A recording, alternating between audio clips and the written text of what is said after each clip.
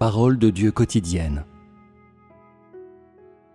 Voulez-vous savoir ce qui a poussé les pharisiens à s'opposer à Jésus? Voulez-vous connaître l'essence des pharisiens? Ils étaient remplis de fantasmes sur le Messie. De plus, ils croyaient seulement que le Messie viendrait, mais ne cherchaient pas la vérité de la vie. Et ainsi, encore aujourd'hui, ils attendent encore le Messie, car ils n'ont aucune connaissance de la voie de la vie, et ne savent pas ce qui est le chemin de la vérité. Comment, dites-moi, ces gens insensés, têtus et ignorants, pourraient-ils obtenir la bénédiction de Dieu? Comment pourraient-ils voir le Messie? Ils se sont opposés à Jésus parce qu'ils ne connaissaient pas la direction de l'œuvre du Saint-Esprit, parce qu'ils ne connaissaient pas le chemin de la vérité dont Jésus a parlé, et en outre, parce qu'ils ne comprenaient pas le Messie. Et puisqu'ils n'avaient jamais vu le Messie et n'avaient jamais été en compagnie du Messie, ils ont commis l'erreur de rendre un hommage vide au nom du Messie tout en s'opposant à l'essence du Messie par tous les moyens. Ces pharisiens, en essence, étaient têtus, arrogants et n'obéissaient pas à la vérité. Le principe de leur croyance en Dieu est « quelle que soit la profondeur de ta prédication, quelle que soit la hauteur de ton autorité, tu n'es Christ que si tu es appelé le Messie. » Ces opinions ne sont-elles pas absurdes et ridicules? Je vous demande encore, n'est-il pas extrêmement facile pour vous de commettre les erreurs des premiers pharisiens, étant donné que vous n'avez pas la moindre connaissance de Jésus? Peux-tu discerner le chemin de la vérité? Peux-tu vraiment garantir que tu ne t'opposeras pas à Christ? Peux-tu suivre l'œuvre du Saint-Esprit? Si tu ne sais pas si tu vas t'opposer à Christ, alors je dis que tu vis déjà à 2 doigts de la mort. Ceux qui ne connaissaient pas le Messie étaient tous capables de s'opposer à Jésus, de rejeter Jésus, de le calomnier. Les gens qui ne comprennent pas Jésus sont tous capables de le renier et de le vilipender. De plus, ils sont capables de voir le retour de Jésus comme la tromperie de Satan, et plus de personnes vont condamner le fait que Jésus redevienne chair. Est-ce que tout cela ne vous fait pas peur? Ce à quoi vous faites face sera un blasphème contre le Saint-Esprit, la ruine des paroles du Saint-Esprit aux églises et la répudiation de tout ce qui est exprimé par Jésus. Que pouvez-vous gagner de Jésus si vous êtes si embrouillé? Comment pouvez-vous comprendre l'œuvre de Jésus quand il revient dans la chair sur une nuée blanche si vous refusez obstinément de vous rendre compte de vos erreurs? Je vous dis ceci. Les gens qui n'acceptent pas la vérité, mais attendent aveuglément l'arrivée de Jésus sur des nuées blanches, blasphémeront certainement contre le Saint-Esprit, et c'est l'espèce qui sera détruite.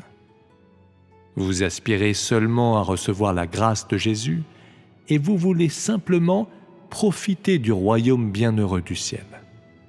Pourtant, vous n'avez jamais obéi aux paroles de Jésus, et vous n'avez jamais reçu la vérité exprimée par Jésus quand il revient dans la chair.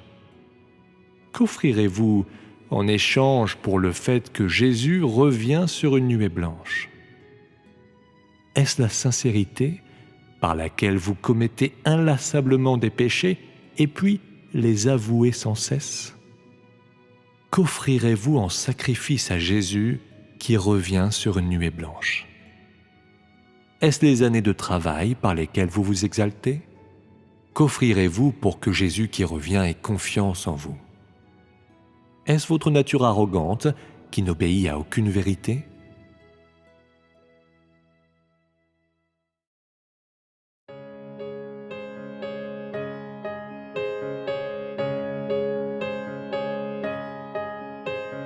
Vois-tu le chemin de la vérité? Es-tu sûr de ne pas t'opposer à Christ? Peux-tu suivre l'œuvre du Saint-Esprit qui ne connaissait pas le Messie, pouvait s'opposer à Jésus? Ceux qui ne comprennent pas Jésus le rejettent et l'insultent, voyant son retour comme une ruse de Satan. Beaucoup condamneront son retour dans la chair. Cela ne vous fait-il pas peur? C'est un blasphème contre le Saint-Esprit. La ruine de ses paroles aux églises le rejette tout ce qu'il a dit. Que pouvez-vous gagner de Jésus si vous êtes si confus? Comprendrez-vous son œuvre à son retour si vous refusez de voir vos erreurs?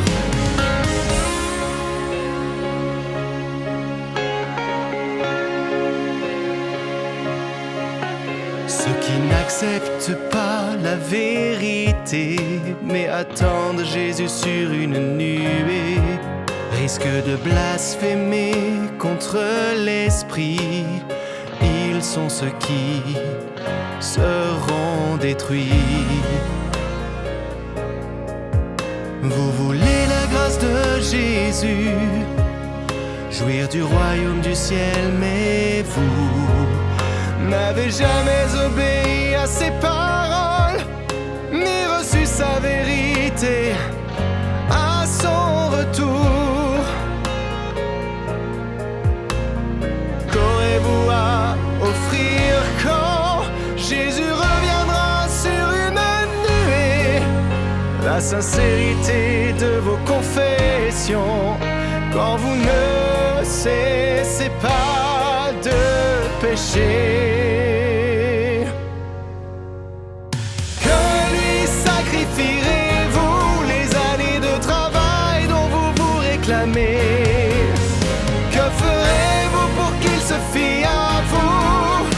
Si arrogant, défiant toute vérité, si arrogant, défiant toute vérité.